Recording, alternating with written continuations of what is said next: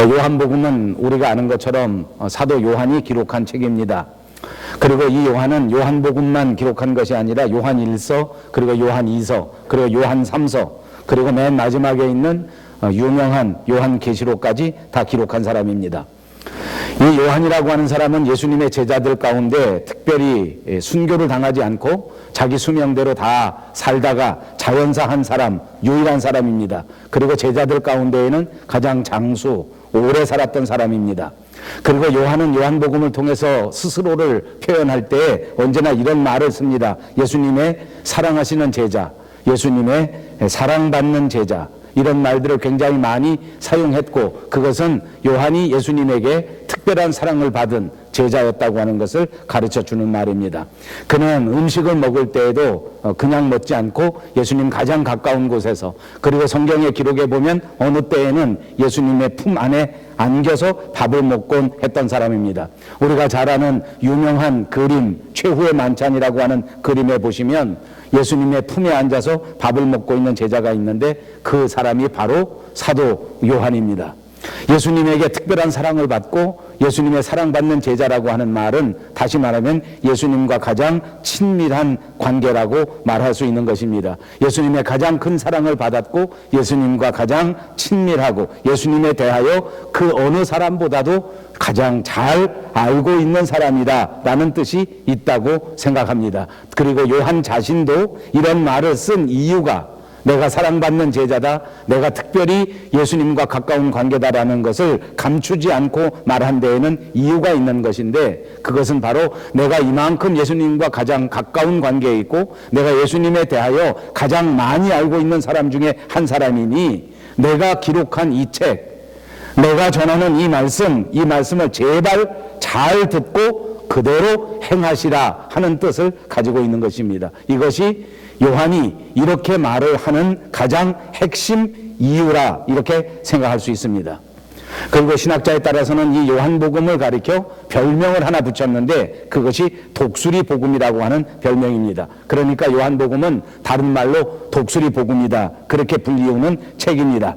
독수리는 어떤 새입니까? 여러분 독수리 하면 어떤 것이 생각납니까? 사실 저는 독수리 하면 두 날개가 생각납니다. 그래서 독수리는 새 가운데에서 가장 힘찬 날개를 가지고 있는 새이기 때문에 능력과 그 힘에 있어서 가장 놀라운 그런 새다. 그래서 힘찬 그런 능력을 가지고 세상에서 이기고 승리하는 새다 하는 생각을 늘 가지고 있었습니다. 그런데 설교를 준비하다 보니까 이 독수리라고 하는 새가 다른 새보다 월등하게 높은 능력이 그 날개보다도 더 확실하게 구별되는 것이 있는데 그것이 독수리의 눈입니다.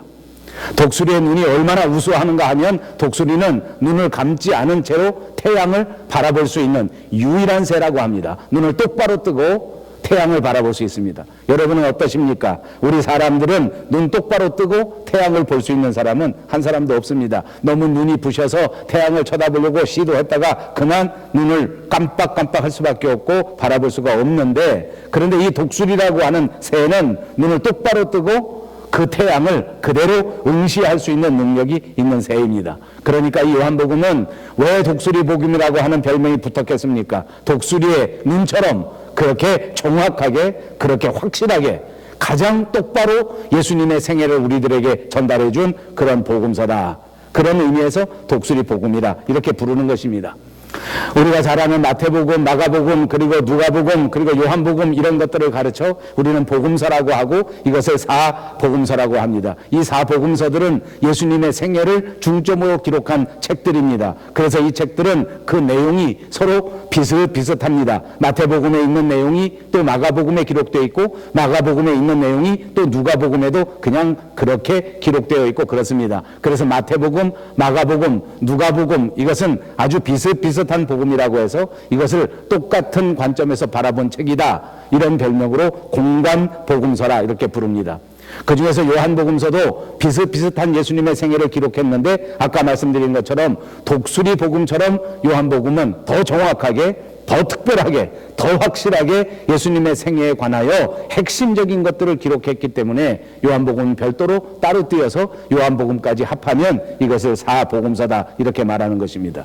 그러니까 요한복음의 가장 핵심 목적은 무엇일까요? 요한복음을 우리에게 기록해 준 것은 오늘 본문 31절에 나온 그대로입니다. 오직 이것을 기록하는 너희로 예수께서 하나님의 아들 그리스도이심을 믿게 하려 하며 또 너희로 믿고 그 이름을 힘입어 생명을 얻게 하려 함이니라. 아멘.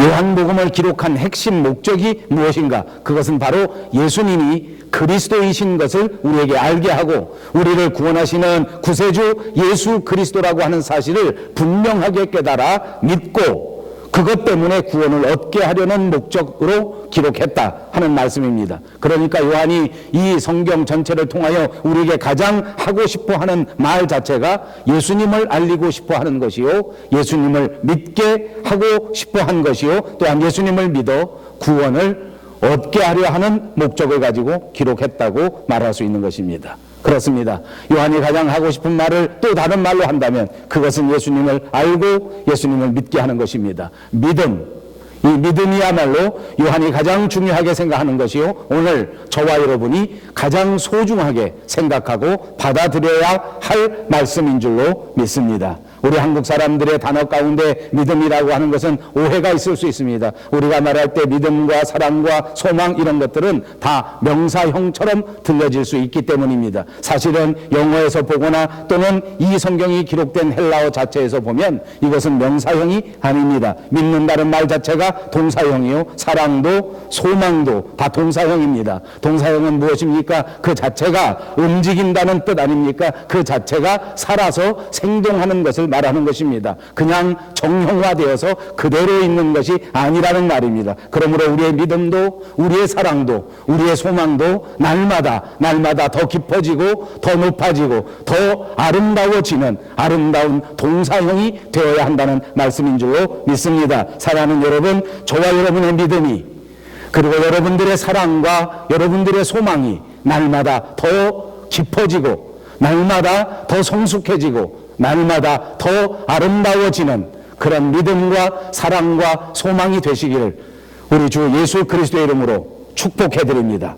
그렇습니다. 믿음도 사랑도 소망도 모두가 다 살아서 움직이고 날마다 성숙해 간다고 하면 우리의 삶은 훨씬 더 행복하고 훨씬 더 기쁜 삶이 될 줄로 믿습니다.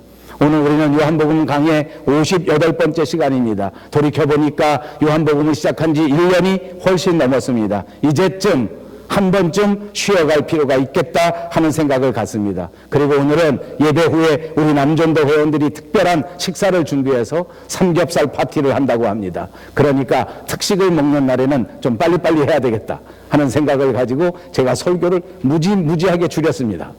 그렇다고 금방 끝나는 것은 아닙니다. 매일 줄였지만 결국 끝나는 시간은 비슷하더라고요. 하나 끝까지 해보겠습니다.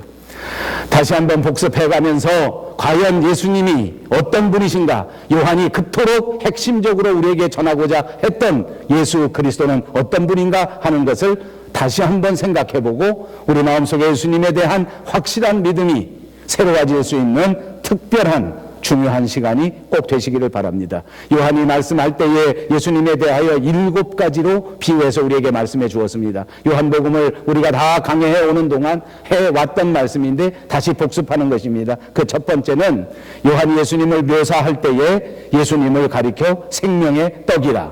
이 말씀은 6장 35절에 나오는 말인데 내가 곧 생명의 떡이라 라고 말씀했습니다. 그러므로 예수님은 생명의 떡입니다.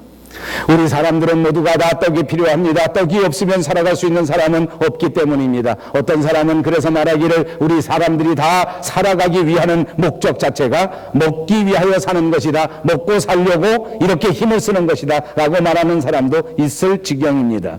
일찍 일어나고 늦게 누우며 열심히 공부해서 좋은 학교에 가고 그리고 좋은 직장에 취직하기 위하여 밤새워 노력하고 출세하려고 성공하려고 이토록 애쓰는 것은 우리 모두가 다 먹고 살기 위한 것 아니냐 그 말입니다. 그렇습니다. 우리가 먹어야 살기 때문에 이렇게 살아가는 것 아닙니까? 그런데 요한은 예수님을 가리켜 생명의 떡이라 한 것은 더 깊은 뜻을 가지고 말한 것입니다. 우리가 이렇게 세상에서 살기 위해서 열심히 떡을 먹어야 사는 것처럼 우리의 진정한 생명은, 우리의 진정한 삶은 예수님의 말씀을 먹지 아니하고는 살아갈 수가 없다. 그러므로 예수님의 말씀이야말로 우리에게 진짜 필요한 생명의 떡이다.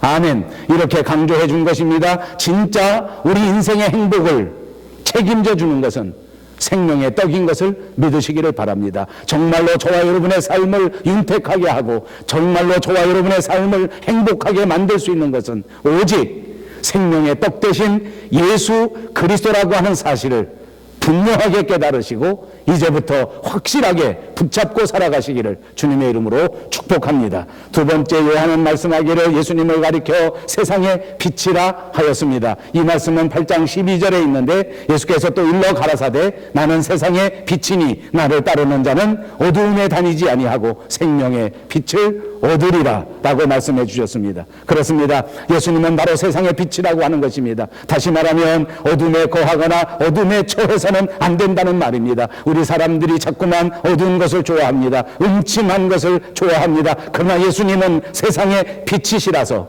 주님을 따라가는 제자들은 빛에 다녀야 하고 빛으로 따라가야 한다는 말씀인 줄로 믿습니다. 사랑하는 여러분, 어두움을 사랑하지 마시고 어두움을 따라가지 마시고 오로지 생명의 빛 대신 예수 그리스도를 따라가며 빛의 자녀로 살아가시기를 다시 한번 주님의 이름으로 축복합니다.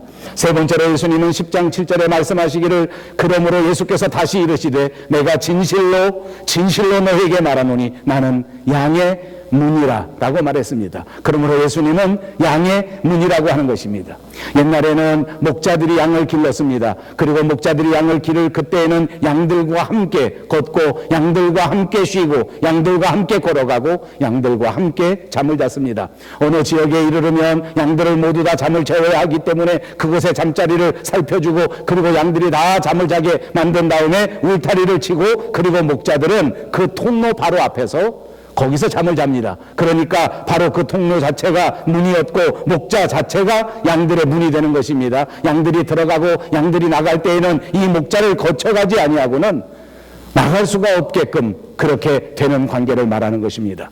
그러므로 우리 인생에서 예수님은 바로 양의 문이시라는 것입니다. 예수님을 통하지 아니하고는 인생으로 들어갈 수도 없고 예수님을 통하지 아니하고는 인생에서 나갈 수도 없다는 뜻인 줄로 믿습니다. 예수님을 통해야만 살아갈 수 있다고 하는 사실, 이것이 믿음의 핵심인 것입니다.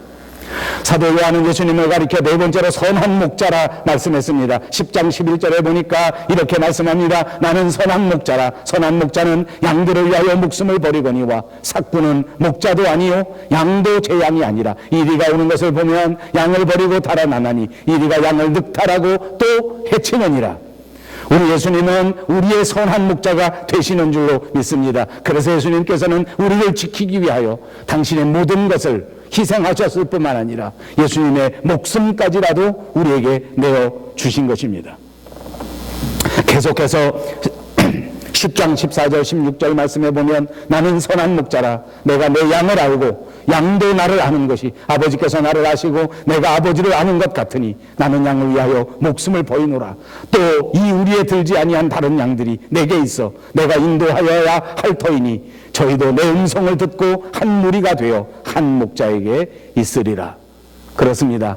예수님의 목자, 예수님의 선한 목자, 예수님의 다스리심, 예수님의 보호하심 안에 거하려고 하면 날마다 예수님의 음성에 귀를 기울이고 예수님의 음성을 따르는 자들이 되어야 한다는 말씀입니다. 사랑하는 여러분, 이민 생활에 힘들고 피곤하고 벅차고 너무나 불안해서 그동안 우리의 모든 감각이 다 무뎌진 채 예수님의 음성을 듣기는커녕 거절해버리지는 않았습니까?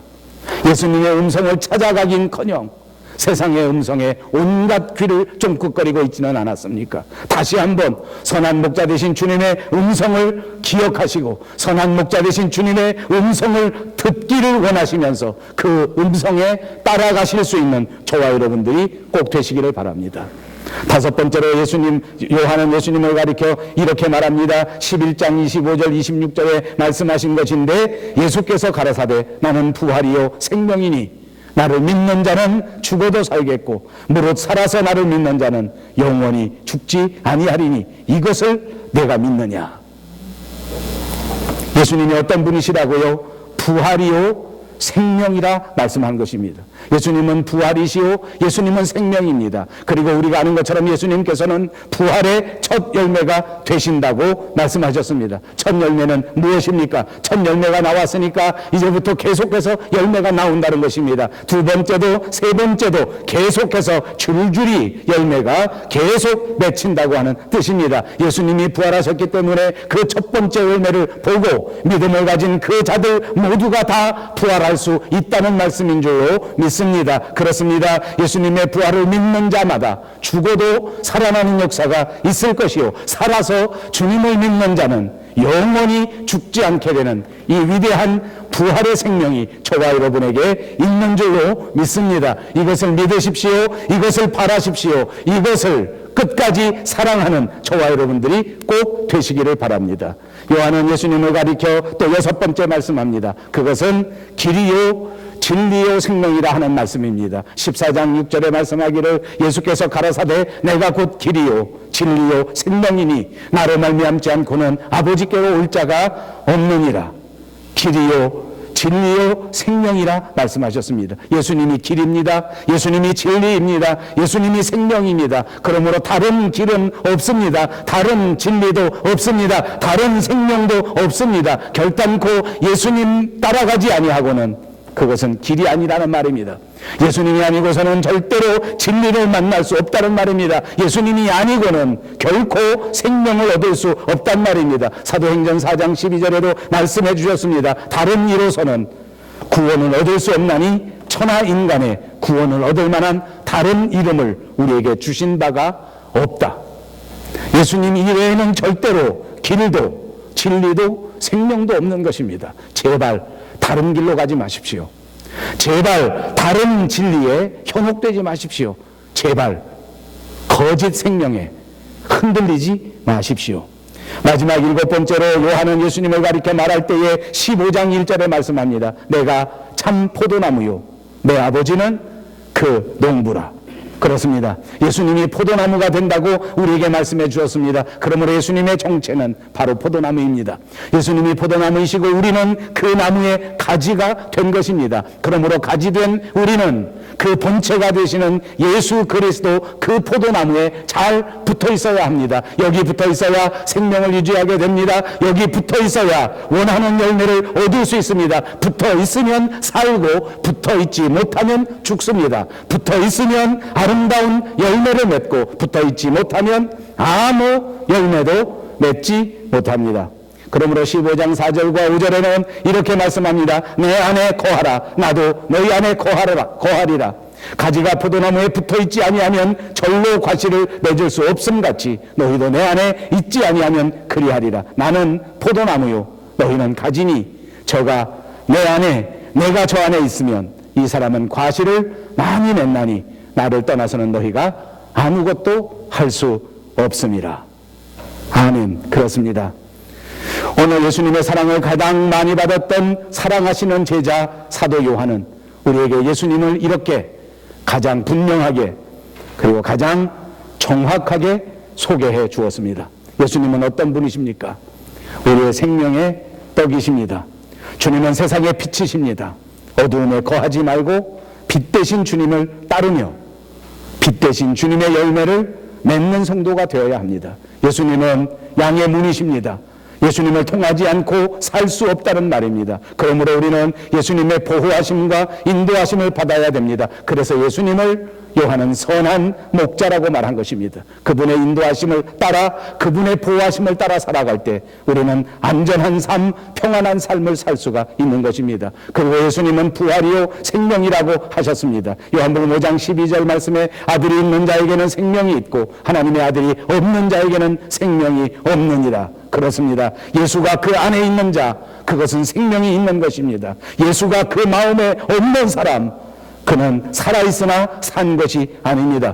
예수님이 우리의 마음속에 들어와 계시기만 하면 우리는 살아있는 자요 뿐만 아니라 우리는 죽어도 다시 살아나는 부활의 역사를 체험하게 될 것입니다. 또 예수님은 길이요 진리요 생명이라 하셨습니다. 다른 길로 가지 맙시다. 다른 길을 주신 적이 없습니다. 다른 진리는 있지 않습니다. 예수님만이 길이요 진리요 생명이 되시는 것입니다. 마지막 주님은 포도나무요 우리는 가지라 하셨습니다. 포도나무에 잘 붙어있는 것이 중요합니다. 포도나무에 붙어있는 가지야말로 생명을 유지할 수 있고 열매를 맺되 풍성한 열매를 맺을 수 있는 것입니다. 사랑하는 여러분, 저와 여러분 모두가 이 포도나무에 꼭 붙어 있어서 그래서 우리 모두들 그리고 우리 교회도 하나님이 원하시는 아름다운 열매를 풍성하게 맺을 수 있는 그런 성도, 그런 교회가 꼭 되시기를 주님의 이름으로 축복합니다. 기도합니다. 자비하신 우리 하나님 참 감사합니다.